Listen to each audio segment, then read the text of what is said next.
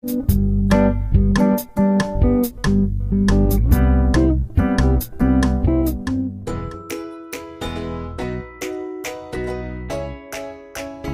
guys! Welcome back sa ating channel. Ang isi-share ko naman sa inyo ngayon ay kung paano gumawa ng cover ng sopa. Yung sopa natin, foam lang siya. Nalalagyan natin ng skirt. Tuturo ko sa inyo guys kung paano siyang sukatin, kung paano siyang tatabasin, kung paano siyang tatahiin. Turo ko muna sa inyo kung paano mag-compute ng sukat para malaman natin kung ano ang tatabasin natin, kung ilang inches. Tara guys! Ang sukat ng ating foam or sopa ay may sukat na 26 inches na haba. May lapad na 28 1/2. May 4 inches na kapal. Una, susukatin muna natin ito. I-compute natin yung 126. Plus, kapal niya kabilaan, 8. Plus, allowance. Yung lalagyan natin ng garter. 8 din, kabilaan na yan. Magiging 4. Ito pala. Yan. Ang haba. Sa lapad naman niya, 28 1/2. Plus natin tong 8 na kapal kabilaan. Tsaka yung 8 na allowance sa kabilaan din. Magiging 44 1/2. Ayan ang ating tatabasin para sa kutsyon or sopa sa pinaka-inuupuan. Mamaya yung mga sandalan kasi iba-iba ang sukat. Tuturo ko sa inyo kung paano ko siyang tatabasin, paano siyang imamark. Ito na yung ating tinabas na tela na may haba, yung haba ng foam natin na kinompute natin kanina na 142 inches. Ito yon. Ito naman yung sa lapad niya na 44 1/2. Kasama na dito yung mga allowance. Magmamark lang tayo para sa kanto natin. Lalagyan natin ng kanto. Tsaka yung kakabitan natin ng skirt. Titiklop lang natin to. Ito yung pinakamahaba yung 142 inches. Para hindi tayo masyadong mahirapan, itiklop lang muna natin to. Ng ganyan. Iharap na natin yung right side kasi susulatan natin yung right side para dun sa lalagyan natin ng skirt. Pag natiklop na natin yung mahaba, ititiklop pa natin ng isa dito naman sa lapad niya. Mahaba siya, mahaba talaga.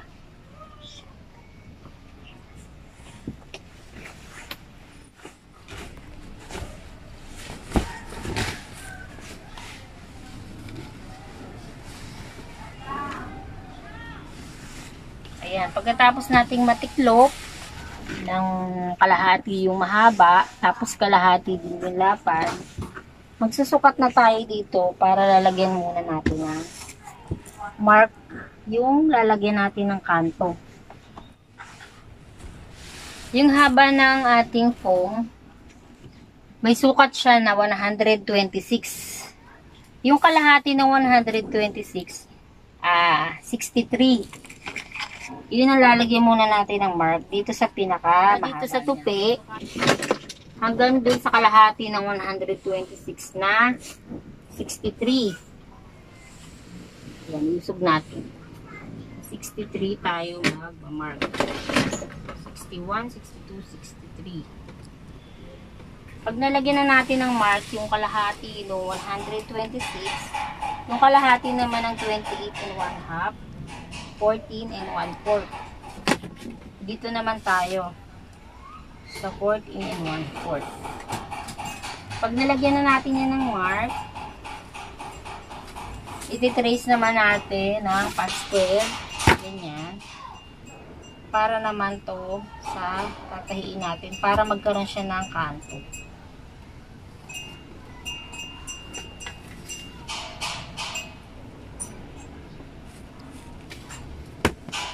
Teka lang guys, check ko lang ulit kasi parang medyo ang sukat ay 63.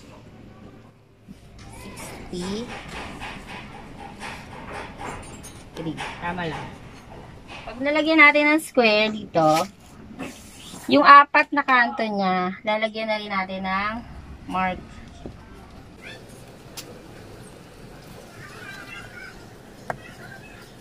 Tapos dito maglalagay din tayo ng alawas. At least 1 inches para dyan tayo magugupit sa alawan. Parang yung sa bedsheet, ganun din ang gagawin natin.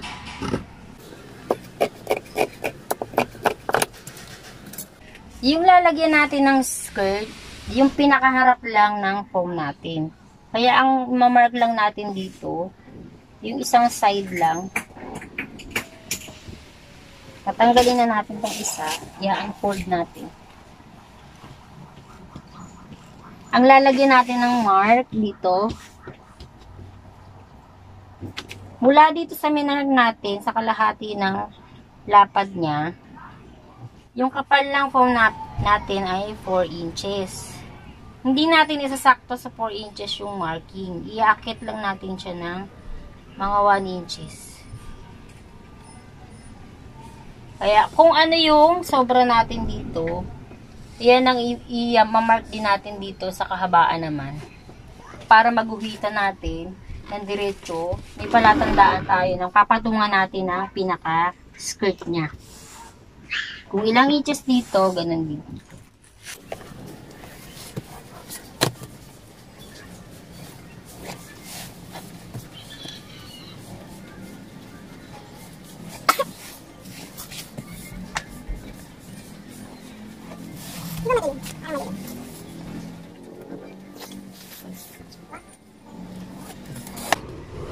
Dahil nakatiklop to, iharap natin yung sa kabila.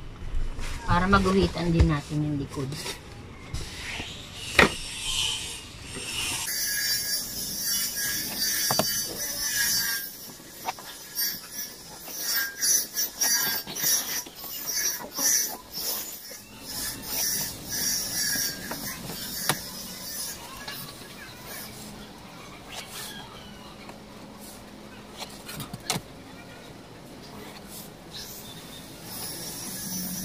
Pagkatapos natin itong maguhitan, pwede na natin tabasin naman yung skirt niya.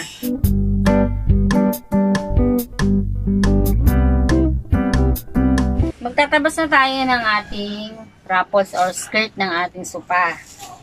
Ito yung tela natin, yung width niya. Canvas nga pala yung tela natin guys, may 60 width. Ito yung tela natin, yung pinakatabas, yan yung width niya. Tiklop lang natin to guys, para hindi tayo mahirapang magtabas. Yan, pag natiklop natin na ganyan, isa pang tiklop. Tapos yung kinumpit natin kanina na 14 inches sa haba ng skirt, kukunin lang natin dito. 14 inches. Ayan, kung saan yung 14 inches tabi natin, kukuha lang tayo muna ng 4 na 14 inches dito sa lapad ng width ng tela natin na 60 width.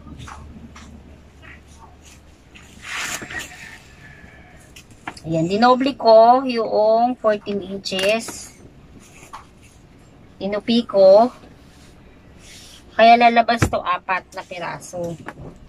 Tupitin lang natin.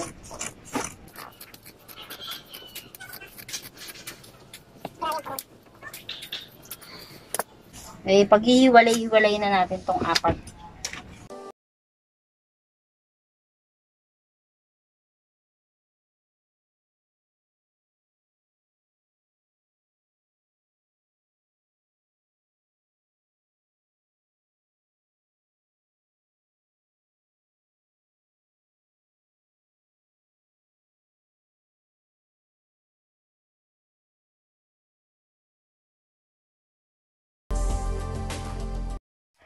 Yun.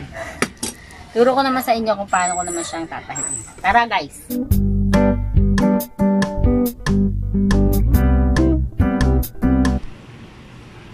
Una ko munang tatahiin yung skirt niya. Pagdudugtong-dugdungin ko muna tong 4 na tinabas natin na 14 inches. Dugtong-dugtongin muna natin.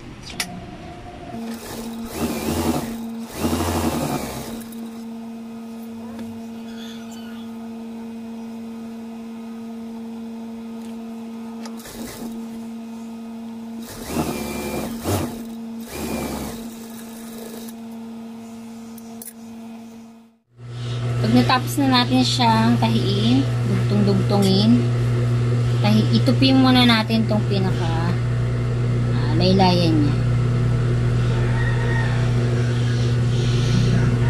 Mga 1/4 na tupi plus 3/4. Dalawang tupi.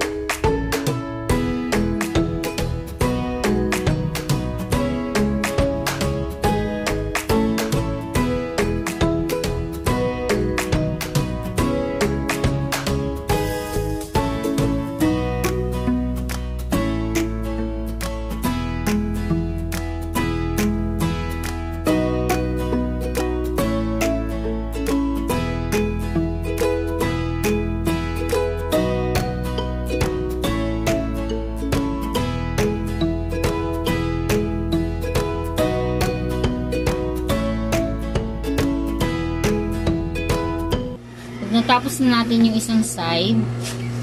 Dito naman tayo sa kabila.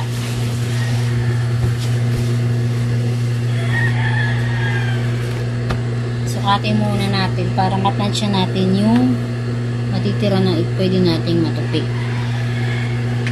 9 in 1 half plus 1, 10 in 1 half. Lalabas siya ganyan. Eto, sobra natin yan pagka nilagyan natin ng mga pleats. Tupi muna natin. Kahit yan tupi lang.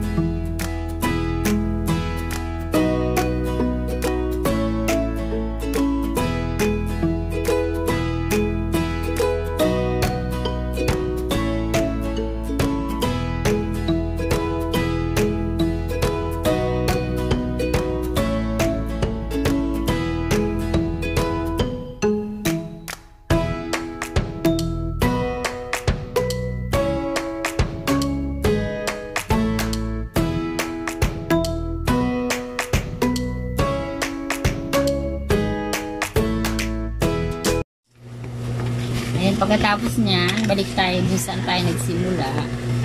Titiklop muna natin itong isang side ng dalawang tupi.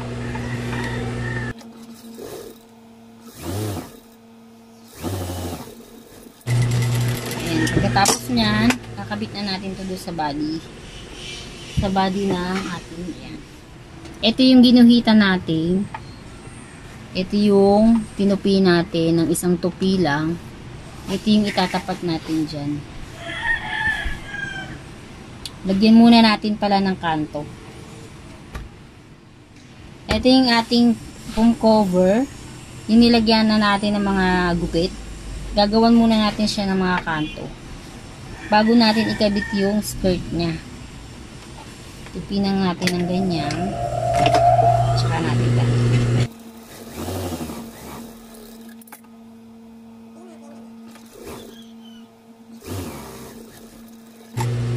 Gagawin natin yan sa 4 na kanto.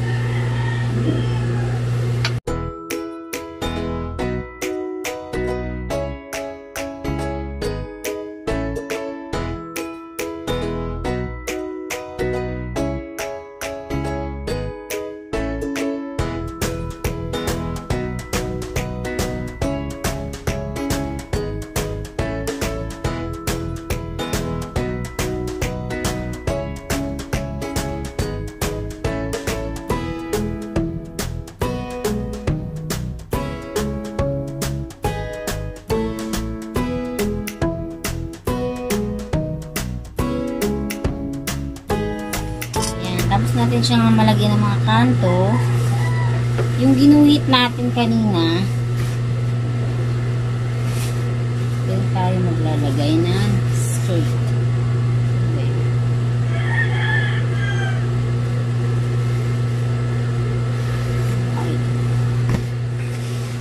Ito yung ginuhitan natin. Yung kapal niya 4 inches. Inangat natin siya dito sa 3 inches. 32. Naging 2 lang siya. Dapat 3 dito sa baba.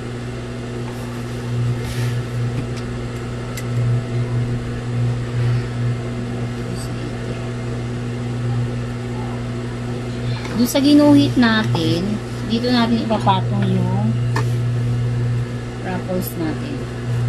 Ang itatapat natin yung isang tiklop lang. Ito yung tinupi natin ng 2 tiklop. Itong isang tiklop. Tapos yung tinupi natin sa gilid. Dito tayo mag-start.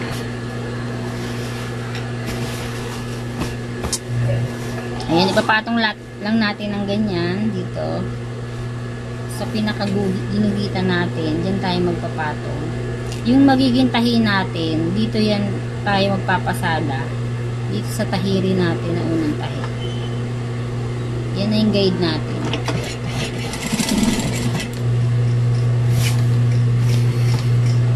Sa pagtupi,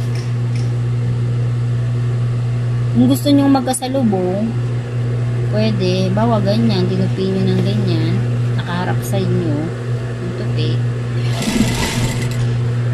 Kung gusto nyo pare-parehong pa ganyan, o gusto nyo nakasalubong. Nakasalubong. Gusto mo, nakasalubong, yung nakaganyan.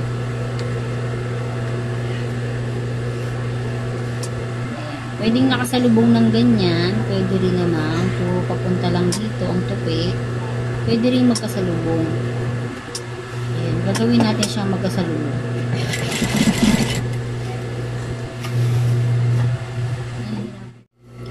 Meron lang akong magiging guide dyan para pare-pareho yung distansya ng tupi ko. Mula dito na itupi ko na yung unang tupi ng magkasalubong, kukuha ako dito, makakapa ko yung gilid ng makina ko.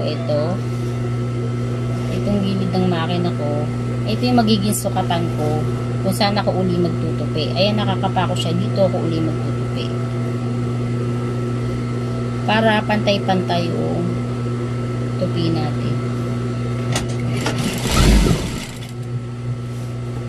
Ayan, tapos sasalubong lang natin. Pag naisampa na natin yung karayong dyan, stop muna tayo. para makapa natin dito kung saan tayo magtutupi ulit.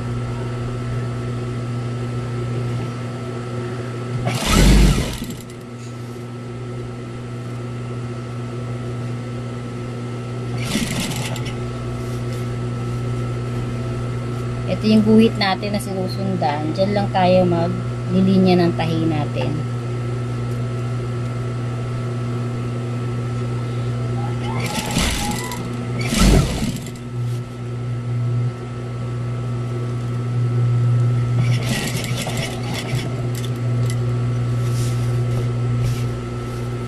Dito, kakapain ko kung saan ako magpipisil. Diyan.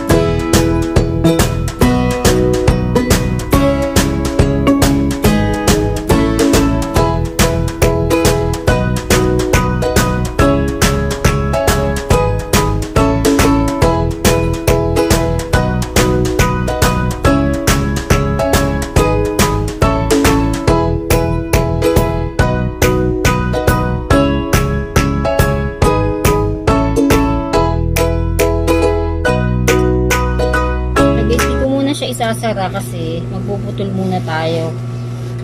Hindi natin sinukat yung pinaka-skirt natin kasi hindi natin tansyado kung hanggang saan yung sakto dahil nagtupi-tupi tayo. Ngayon, babawasan na natin to hanggang dito yung hangganan niya sa dugtungan. Mag-a-allowance lang tayo ng mga 1 and 1/2 or 1 inches para sa pagtupi natin dyan sa gilid. Gugupitin na natin itong sobra.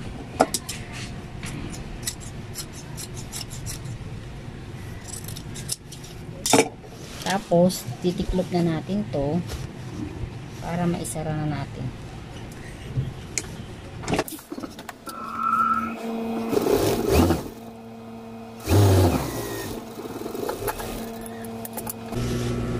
Tsaka natin ilalak.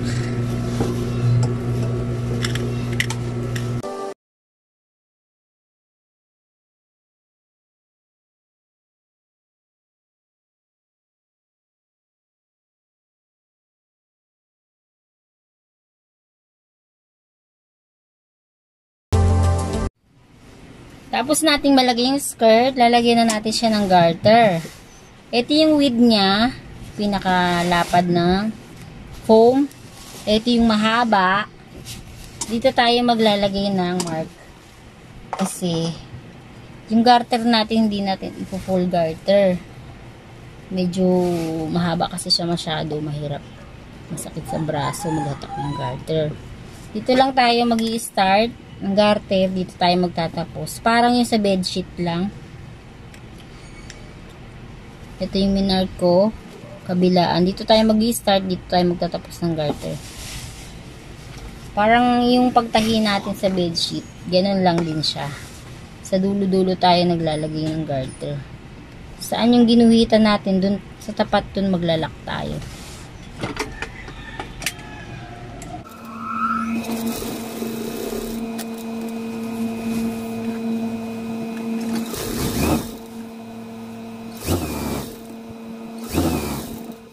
Sa makapal, gupitan natin yan para mahirapan yung karayo.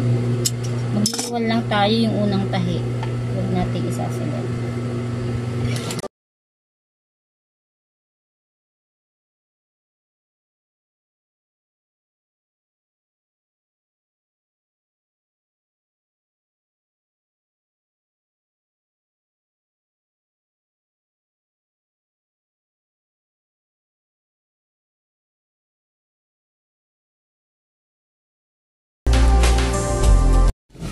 Ito na yung guhit natin. Mag-i-stop tayo pagdating dyan. Para mahatak yung garter. Medyo mahirap hatakin yung garter kasi matigas yung tela natin.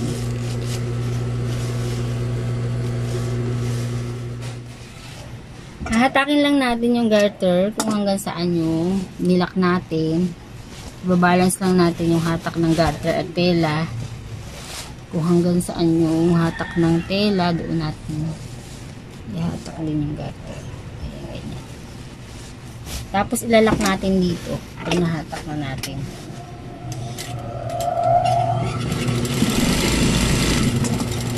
Pagdating dito, magpuputol tayo.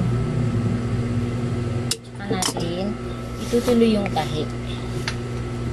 Pwede itong i-full garter guys kung yung tela nyo malambot. Hindi mahirapang maghatak ng garter. Ito kasi medyo mahirap hatakin dahil matigas yung tela. Maglalagay na lang tayo ng tali sa gitna.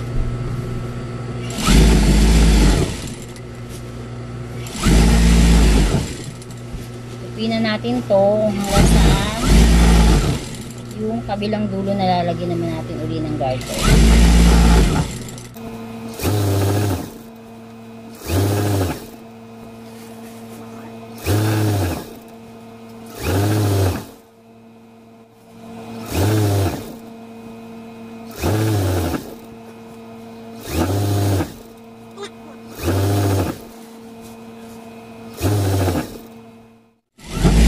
Ayan guys, dito sa kabila, hindi ko pa nalagyan ng mark. Lalagyan ko siya mula dito sa dulo hanggang doon sa 15 inches. Dito siya. Diyan tayo maglalagay ng garter. Ito siya, ito. Ito niya. Lalakli natin yung garter. Yan.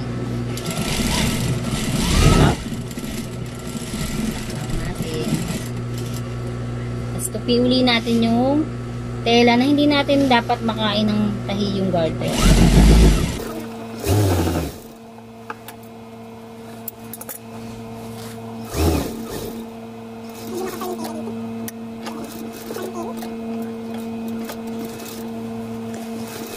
Maghahatak na ako dito guys kasi pag isang buo ang hirap. Hahatakin ko na siya. Kung nahatak na, tahi ulit.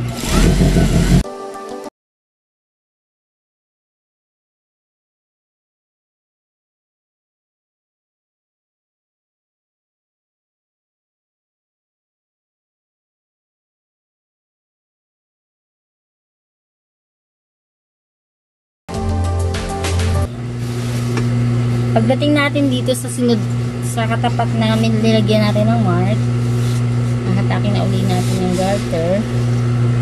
Tsaka natin i-balance uli yung hatak ng garter.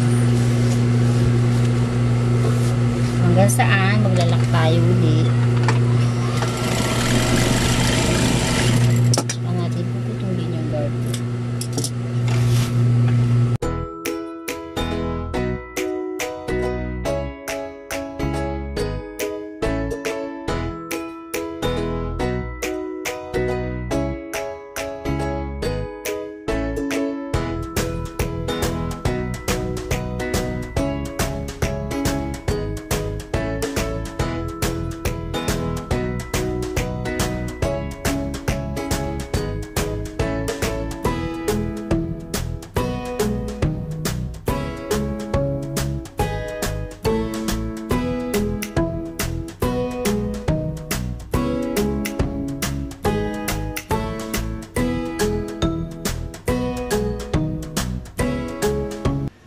Ayan, pagkatapos na natin siyang malagyan ng garter, tapos na to. Kaya nalalagyan lang din natin siya ng tali. Kasi mahaba masyado yung ano niya, yung foam. Lalagyan lang natin ng tali dito sa gitna. Tutupi lang natin siya para makuha natin yung gitna. Maglagay tayo ng tali dito. Kung ilang gusto nyo, pag ganito kahaba ang foam nyo, pwede kayong maglagay kahit 3 pares na tali. Lalagyan natin yan ng mark dito. Kung gusto nyo, 3 yung pares ng tali. Isa dito, 2 dito sa gitna ng dulo. Itong magkabilaan na to. Isa dito, tsaka sa gitna ng magkabilaan. Tsaka, kunin nyo yung katapat niya. Dito, sa kabilang dulo. Lagyan nyo rin to. Kung saan tayo nagmark dito, sa tapat niyan, dito sa kabila, dyan nyo rin ilalagay yung tali. Parang magyayakap sila. Ngayon, tuturo ko naman sa inyo kung paano gawin yung sandalan na. Ngayon naman guys, tuturo ko sa inyo kung paano ko naman gagawin yung para sa sandalan niya. Kasi yung sandalan naman ng foam niya, hiwa-hiwalay. Kumbaga, hati-hati yung foam ng sandalan. Ngayon, tuturo ko sa inyo kung paano ko naman siyang tatabasin. Yung sukat na sandalan niya, 48 by 18. Na may 4 ang kapal. Magdadagdag lang tayo doon ng, sa width niya, magdadagdag tayo sa 48 ng tig 4 sa kabilaan plus allowance. Yung 4 na kabilaan, 8, plus yung allowance niya, tig 4 din. Mag-add tayo ng 16 inches sa width. Doon naman sa pinaka-length niya, na 18 inches, magdadagdag din tayo ng 4 kabilaan para sa kapal, 4 kabilaan para sa allowance. Magdadagdag tayo ng 16 inches din. Kaya yung 48 by 18 magiging 64 by 34. Eto na yun guys, tinabas ko na yung 64 by 34 natin para doon sa 48 by 18 na foam. Ngayon, tiniklop ko siya ng paganyan dito sa pinaka mahaba. Tapos ititiklop ko uli siya ng isa pa. Etong gagawin natin guys, hindi siya de-zipper. Para lang siyang bedsheet na walang garter. Para siyang naka-frame. Yun ang gagawin ko ngayon na cover ng foam.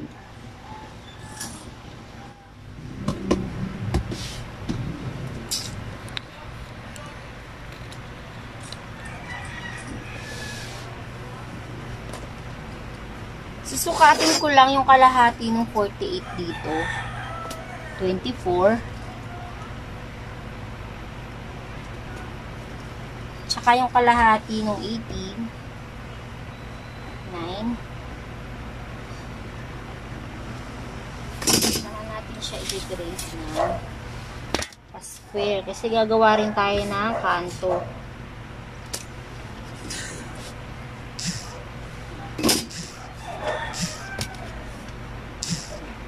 Yan.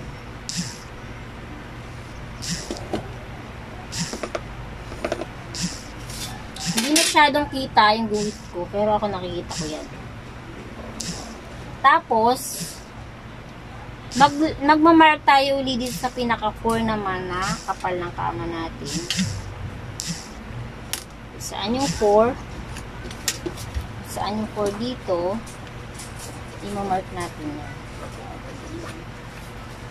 Tsaka natin ito gugupitin dito sa loob ng square na mag-a-allowance lang tayo ng 1 inches. Hindi tayo gugupit sa guhit. Dito tayo sa loob ng square.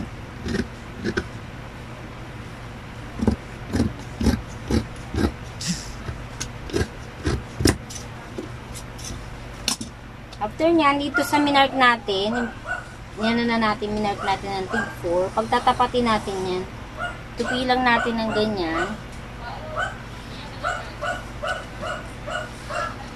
Pag magkatapat na siya, itong pinaka kanto natin, itutupi natin dito mismo sa minark natin. Yan pa ganyan. Parang may triangle tayong tupi. Diyan tayo mag-cut bago natin gupitin.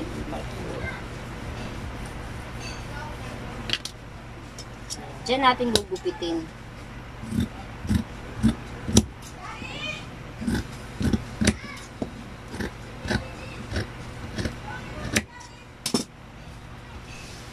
Ngayon, papakita ko naman sa inyo kung paano ko naman siyang tatahiin.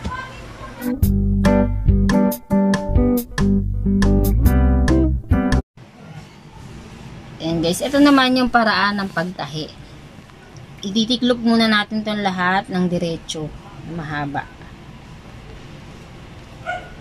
Tiklop natin siya ng 2 tupi.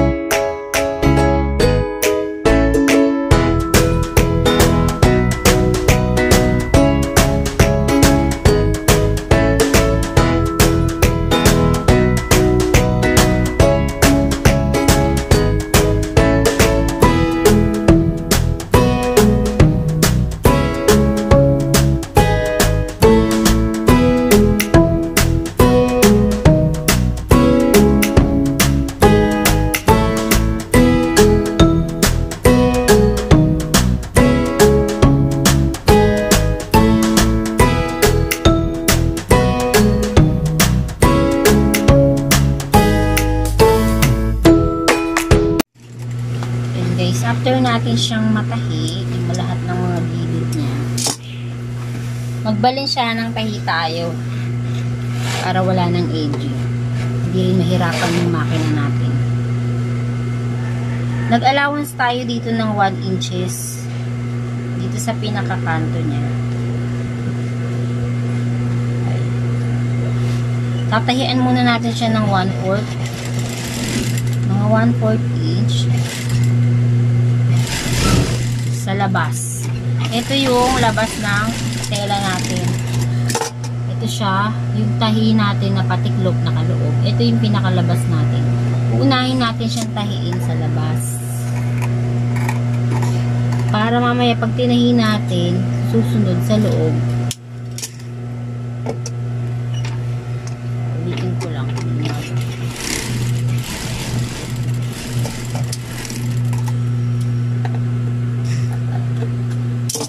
Ngayon, ibabaligtad natin siya para matahin naman natin yung loob.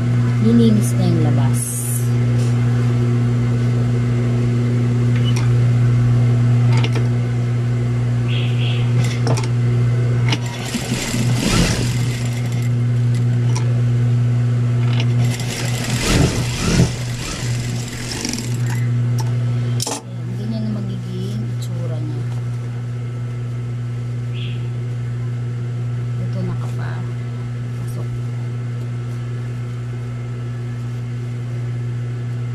Gagawin natin siya sa 4 na kanto.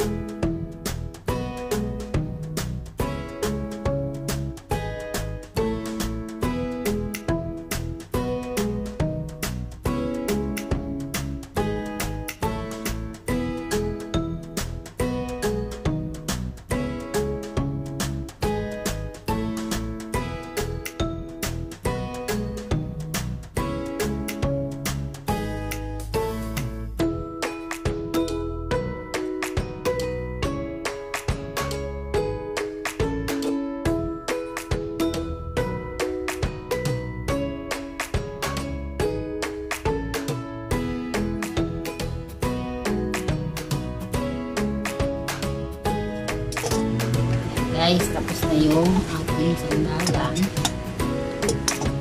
Sukat na natin siya kung kakasya.